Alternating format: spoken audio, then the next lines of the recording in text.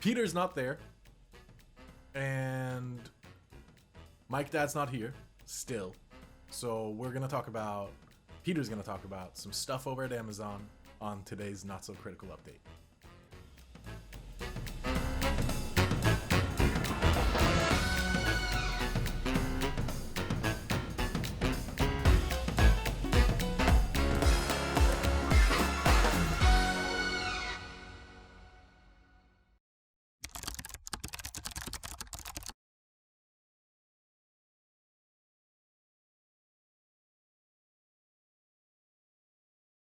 Okay, so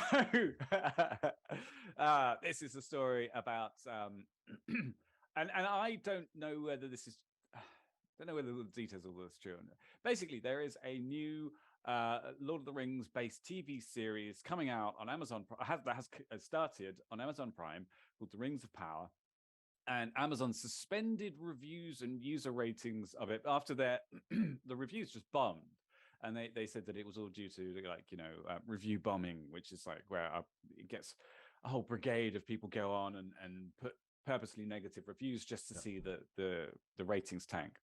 So yeah, I'm not sure how much of this is true and how many of the details are true. So one of the things was that on Rotten Tomatoes. So Rotten Tomatoes, again, I had to explain this to someone this weekend. So if you're watching, person who I had to explain this to, Rotten Tomatoes is a site where they aggregate review scores from other sites. So they take it off IMDb and Rolling Stone and all the entertainment sites and whatever. And they also compare it to an audience score, which is people who've gone onto the site and rated it there. And it's interesting because you have a critic score and an audience score. And it's interesting sometimes because there's a big contrast between the two, where the critics say that something's awful, but the actual end users really love it, or end viewers. So yeah, on Rotten Tomatoes, it had like an audience score of like 30% or something like that, but a critic score of 7.2. Was that right? I don't have the article in front of me. Yes, 30%, 34% average audience score on Rotten Tomatoes compared to an 87% critic score. Yeah, which is fairly big difference. Yeah. That's a big discrepancy. Yeah. Sorry. So yeah, that would indicate that people who are actually watching it don't like it, despite. And another thing that Rotten Tomatoes prompts a lot is that they have they often are the source of conspiracy rumors about bribing the reviewers and paying off the sites to give positive reviews of things by the media companies, which probably does happen, but because then you get high critic score reviews, but the actual people who are watching it think it's rubbish, right? Or so yeah. So it's I don't know. What do you think about this, John? I think it's a good show. First off, I've watched the 3 episodes, and I think that there are some dialogue drags on a little bit too much. All in all, it's Lord of the Rings. Yeah, of course. So we're gonna have that, and the fact that people are so hung up on things like races, it's kind of absurd. Should explain what this reference to this. So this is that there are black elves. Yes. In this show. Right. Big, for some people, a huge deal. Apparently, my favorite comment from Twitter was the people who are getting upset about black elves are the same people who invented white Jesus. No, but exactly. And the thing about this is, so I did a little bit of fact checking because I was certain that Tolkien described elves as light-skinned or fair-skinned or whatever words he wanted to use. So I fact-checked myself, and I could basically, people who have read the Silmarillion a million times and have read the Lord of the Rings and all the little poems and notes that Tolkien left have said, basically, the conclusion is Tolkien never described the color of elves. Yeah. So just basically an example of a description would be how lovely they look. That word specifically. Okay.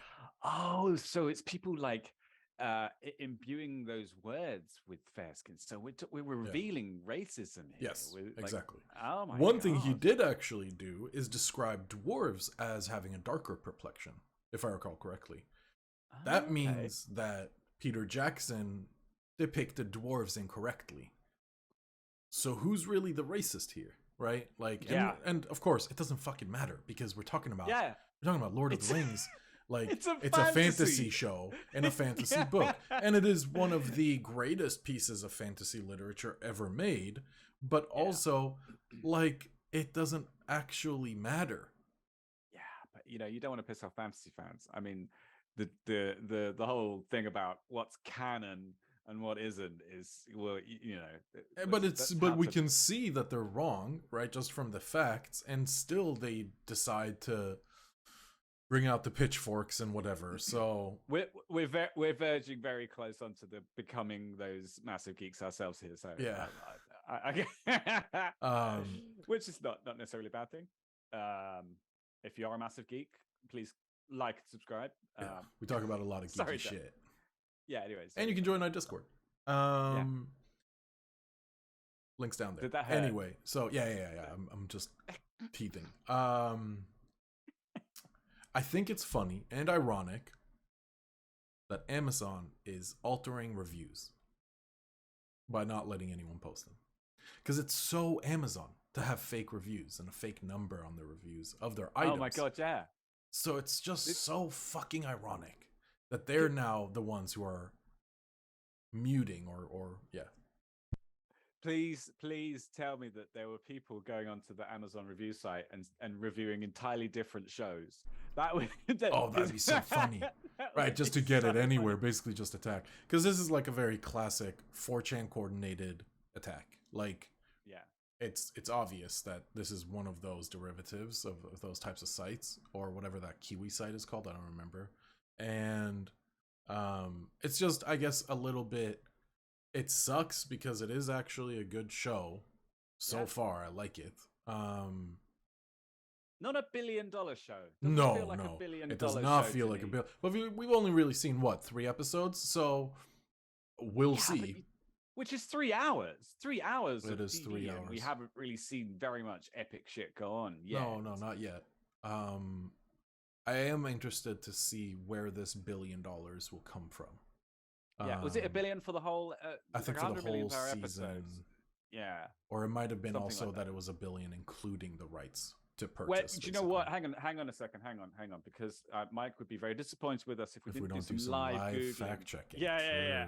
How much did? It's very on brand. Rings of Power cost. Okay, and I'm actually using Brave search here.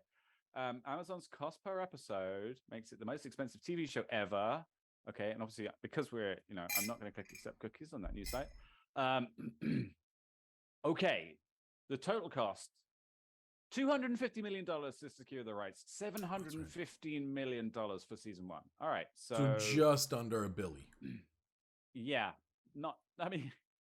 that's funny when you can discount like 220 million or 215 million. Just basically $250 million.